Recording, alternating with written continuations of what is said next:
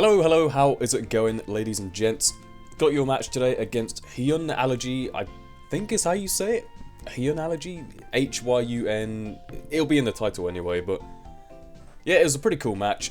An old NU match I had probably upwards of 3 months ago, and I just haven't used it yet.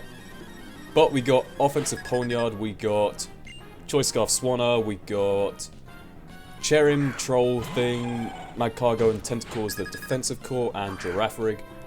So it was a pretty interesting team. Definitely, I don't think I've used a couple of these Pokemon before, namely the Cherim and the Pawniard, but yep, go straight for a Brick Break on the Lairon because I'm not really too threatened by it, and I figure I may as well get some damage. Now, Pawniard doesn't have the weakest of stats. It has like base 85 attack, like base 60 speed or something. Really good bulk as well. And Lairon takes that like an absolute monster, so, you know, obviously Eviolite, definitely one of the bigger defensive beasts in the tier, if you like. Now he goes into Whimsicott. I don't know why he brought Whimsicott to NU, but I thought, it's a Whimsicott. What can a Whimsicott do, eh? Who cares? Now Whimsicott, I kind of underestimated in a way, because Whimsicott does actually have a lot of potential to be an irritating troll, as anyone who's played RU has already found out. Now luckily for me, he doesn't know about Girafarig's Dreamworld ability, which is Sap Sipper. So I go for a Psychic just to break the sub, and I kind of figure that Whimsicott doesn't normally carry any attacking moves. It's normally like Sub, Leech Seed, maybe Toxic, and then Encore. So I just bat and pass out, knowing that he's probably going to switch. Go into my Pawniard here, and I'm just going to go straight for a Brick Break, take him out, because I do have the +1 from Girafarig. Now that Girafarig is actually one of my creative sets, which I do actually think is genuinely good. However, you're going to see in a sec one of my sets which is not good at all, and I would not recommend using. But in comes Flareon, I just go for a Sucker Punch because I know he can't Toxic me, and he goes for it anyway just to, I don't know, see if I'm not Steel type, but turns out I am. Now I go into Tentacle because I can take Toxic, I can take any fire attack, and I wasn't exactly sure if I could take him out with a Sucker Punch, so I thought, okay, best be safe. Go into Tentacle. Now he goes for Wish, and just going to knock off whatever he's got, probably leftovers because he is a defensive set. Now, not really too worried about what Flareon can do to me, but I'm just going to go for a Scald, hoping, you know, whatever comes in, or if he stays in, it's going to do some decent damage. And if he switches, there's always the chance of the burn, so in comes Whimsicott, and I was praying, hands were together, I was saying, if there is a god, may he strike down the Whimsicott with a wrathful burn. Nope, no burn. That's a shame. We'll have to deal with him later. Goes for a sub, and I can't break that. I have no Ice Beam, which probably wouldn't break it anyway. Now I go to Girafarig. It turns out he has Taunt instead of Encore, which is kind of interesting. But I figure he can't Leech Seed me, and the best he can do is Toxic, so I may as well go to Girafarig. Just go for a Psychic just to break the sub. Now I think this is kind of a losing battle, because I don't know if I would kill him before the Toxic kills me, but I don't want to be in here, so gonna switch out. I can't Baton Pass because he taunted me. Go into Tentacle once again as he switches out. Goes into his Samurott. Now Samurott versus Tentacle, yeah, it's a pretty favourable matchup for me, so gonna go for a Toxic. I know he can't OHKO me with anything without a +2 or +4, whatever, with Sword Stances. So I go for Toxic, followed by Knockoff, which is great. Now here's the cool part. Bring in the Cherim. Now, you guys know, Cherim, the biggest threat in PU. Has a sub, has the Healing Wish, has Toxic, and has Leech Seed. It's like a poor man's Whimsicott, basically, except it has Healing Wish and no Prankster. It's reasonable, like, it can do some decent work in Toxic stalling. And to be honest, that was all I could do. Like, I couldn't bring in Magcargo, my physical wall, because that would be stupid, bringing it in against a water type. And it turns out Cherim is actually quite fast, even without the... well, it doesn't have Chlorophyll, but it's pretty fast, even, like, as a defensive supportish kind of Pokemon. It has, like, base 85 speed. So if you give it support moves, it's actually pretty decent, but no, I would not recommend using that kind of Pokemon. It's very situational, but now I bring in my Magcargo.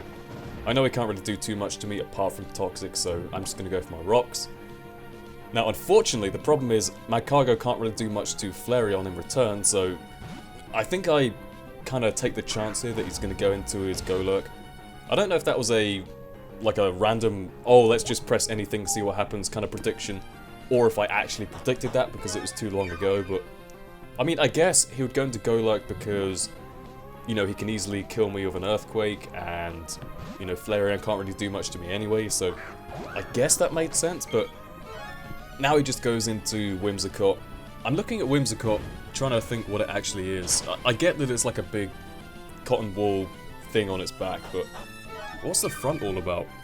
It's like a sack boy, except with like a cotton wool necklace, plus like little horns, which are blue for some reason. I don't know what it's supposed to be, but now I go to Girafarig in case he feels like going for a Leech Seed, and he does. Praise the Lord! Get that attack boost once again, and now he goes for another Leech Seed. I don't know why, don't know what that was all about. Turns out you can keep getting Sap Sipper boosts no matter how many times they do it, which is nice. I guess that makes sense, because a lot of people did the whole, you know, Whimsicott with beat up thing on a Terrakion, I think, in doubles battles to get the justified boost. So that's pretty cool. Now he goes into Golurk, and I know Girafarig outspeeds, and I know I don't really want to switch in anything on a Golurk, so I'm just going to go for a Psychic. Does a pretty good chunk of damage and get the Spadef drop, which probably doesn't matter. Now he goes for Earthquake. Easily takes me out, and Girafarig goes down. But I am in a pretty good position. I can bring in Doritos, the infamous Swanna. He's Choice Scarfed, he's got Ice Beam, he's got Surf, he's got Brave Bird, he's got me first, and he is hungry for those Doritos. Takes down the Golurk, and that will be the end of that. Now, in comes the Electabuzz, and I know for a fact that Choice Scarfed Electabuzz outspeeds Swanna, so I'm going to switch into my cargo as Death Fodder pretty much. I assume he predicts either this or Pawniard because he does go for the Focus Blast. That is why I didn't go into Pawniard, because it just wasn't worth the risk, and, you know, Pawniard I feel like is going to be helpful later on. Now he goes into his own Flareon as I go for a Lava Plume. That was a good prediction, he gets the Flash Fire boost. Now again, I'm not really too worried about what Flareon can do to my Magcargo, because there is nothing it can do really, unless it's an offensive variant. So, just a bit of a stalemate again here. He goes for Wish. I believe I just go for Recover, just trying to get a bit more health back. And then next turn, I'm planning to switch out. However, because he does go for the Wish, I think, no. Ain't no Wish recovery for you, boy.